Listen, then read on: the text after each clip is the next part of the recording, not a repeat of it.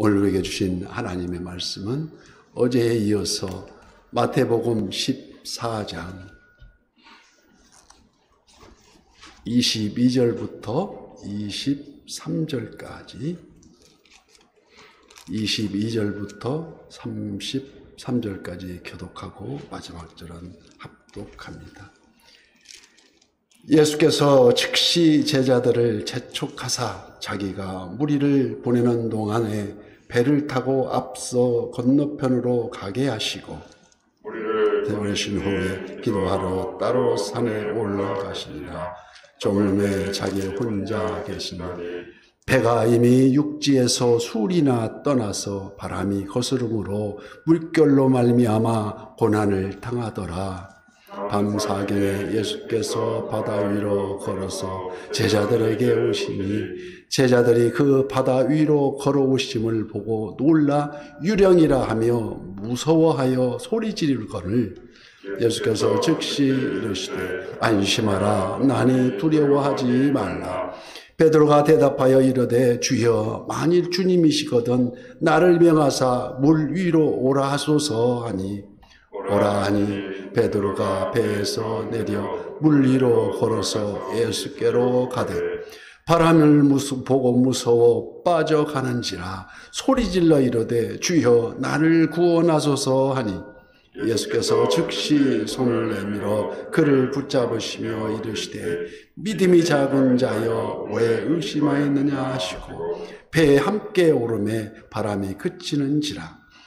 배에 있는 사람들이 예수께 절하며 이르되 진실로 하나님의 아들이로소이다 하더라. 아멘. 오늘도 실시간 유튜브를 통해서 기도의 향연 속에 새벽을 깨우는 우리 성도님들 모두 여호와 샬롬 하나님의 평강과 풍성한 은혜를 축복합니다. 아멘.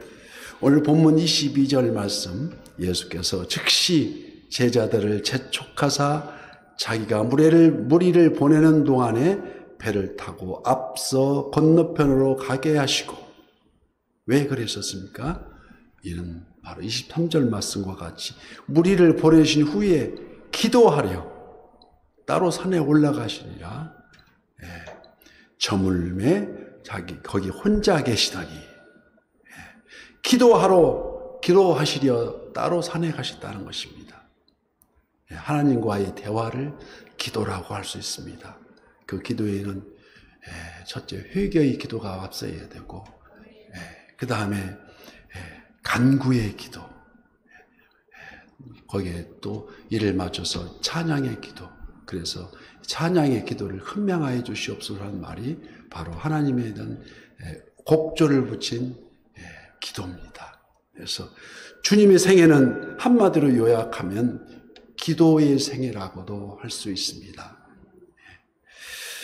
공생애를 시작하시면서 40일 금식 기도하시고 또 제자들 부르시기 전에도 밤새워 기도하셨고 또 오병이어를 들어 하늘을 우러러 축사 즉 감사 기도하시며 잡히시기 전 겟세마네 동산에 땀방울이 핏방울이 되도록 기도하셨으며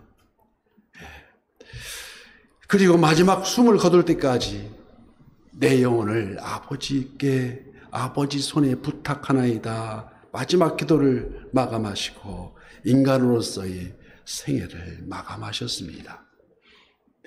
우리가 생각기엔 주는 그리스도시요 살아계신 하나님의 아들이신데 그렇게 기도 안 하셔도 하나님이 다 알아서 하시지 않겠느냐고 반문하실지 모르지만 몸소 인간의 몸을 입으시고 기도 외에는 다른 것이 이런 유가 나갈 수가 없느니라고 교훈하시고 또 실천하시는 우리 주님이십니다.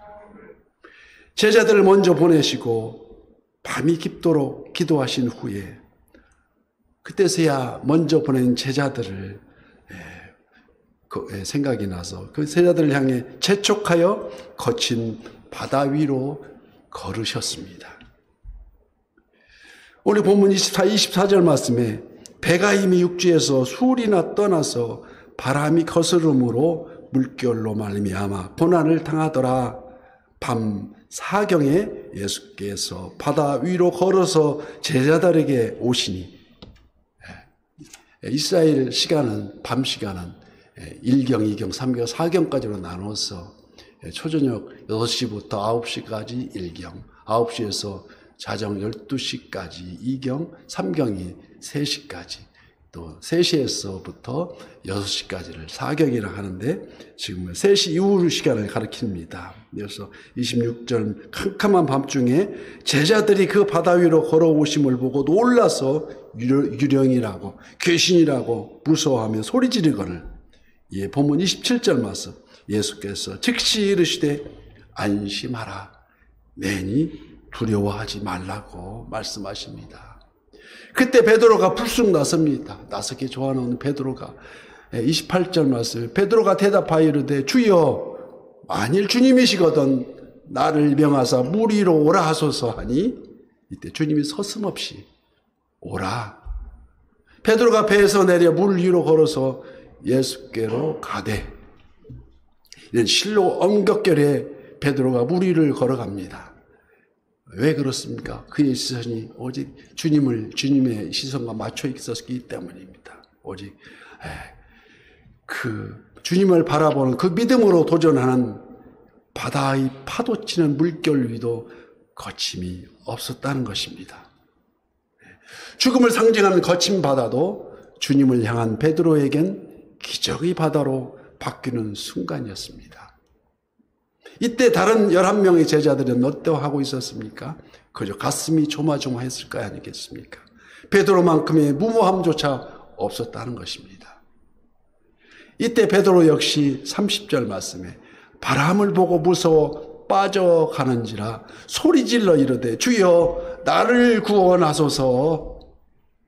그게 바람을 보고 무서워서, 바람을 보고 무서워서, 비록 한순간이었지만 무심결에 바다 위를 걸어가는 오직 주님을 향한 초심 그대로의 믿음이 바람을 보고 무서워 어느 순간 출렁이는 파도에 발밑에 출렁이는 파도를 보고 흔들리기 시작합니다. 세상 속에 빠져가고 있는 것이 아니겠습니까? 주는 그리스도시요 하나님의 아들이라고 고백할 때는 언제고, 발밑에서 부서지는 세상 유혹에 흔들려 주여 나를 구원하소서 하고 소리칩니다. 빠져간 다급함 외침에 우리 주님 손을 내밀어서 그를 붙잡으시며 믿음이 작은 자여 왜 의심하였느냐고 책망하십니다. 우리들의 믿음의 한계를 나타내고 있습니다.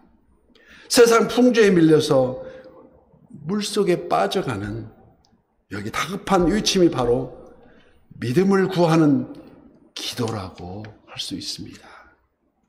기도는 믿음의 표현입니다. 너희는 너희가 하나님의 성전인 것과 하나님의 성령이 너희 안에 계시는 것을 알지 못하느냐. 누구든지 하나님의 성전을 더럽히면 하나님이 그 사람을 멸하시리라고, 하나님의 성전은 거룩하니 너희도 그러하다고 말씀하십니다. 왜 우리가 여기 매일매일 새벽을 깨웁니까? 오직 주님의 은혜로. 벌레만 또 못한 우리였었는데 그 주님의 대속의 은혜로 갈보리 언덕에 예수님 십자가 그 피로 내 죄를 깨끗하게 씻었네.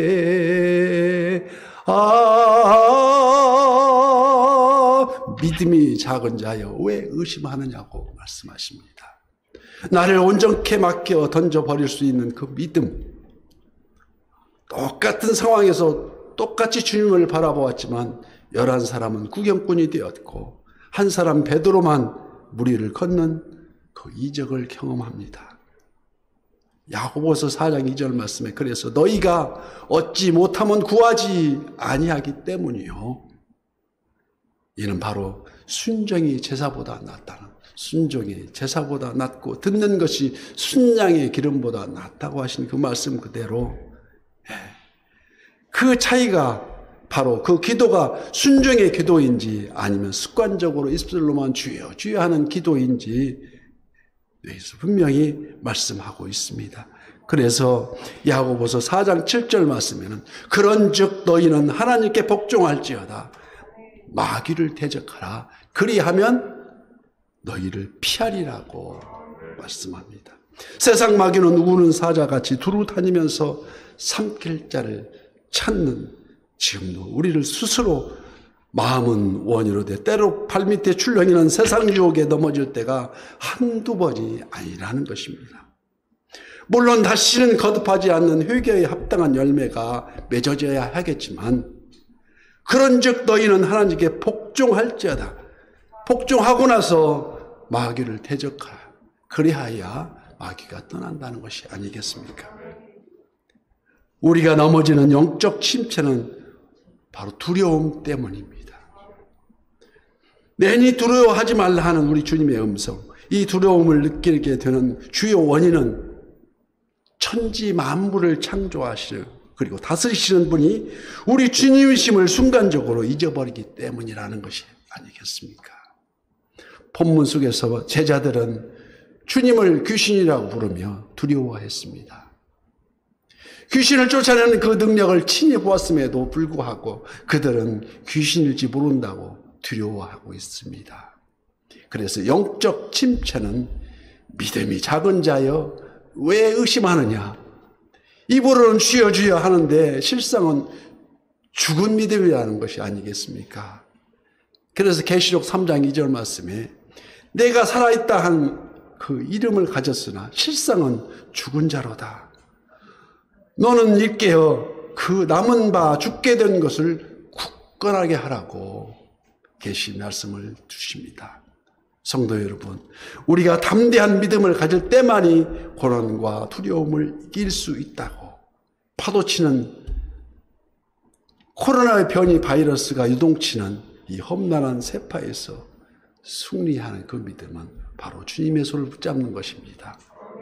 또한 이러한 담대한 믿음을 갖기 위해서 출애굽한 이스라엘 백성들이 매일매일 안식일 이외에 날마다 만나를 모아서 육적 건강을 유지했던 것처럼 매일매일 말씀으로 이 새벽을 깨움으로 하루하루가 오늘도 주님과 그리고 주님과 함께하고 동행하면서 그 길을 걸어야 하는 길이 우리의 길이라고 우리는 믿습니다. 영적 침체를 고민하십니까? 주님을 찾아야 됩니다. 주님을 찾으십시오. 그리고 그 손만을 붙잡으면서 생명의 꽃 피었네 열매 맺혔네 나는 다시 태어났네 그 이름 생명나무라고 우리는 고백해야 될 줄 믿습니다. 오늘도 승리하는 우리 선한 이웃 모든 지체가 되시기를 예수님 이름으로 축복합니다.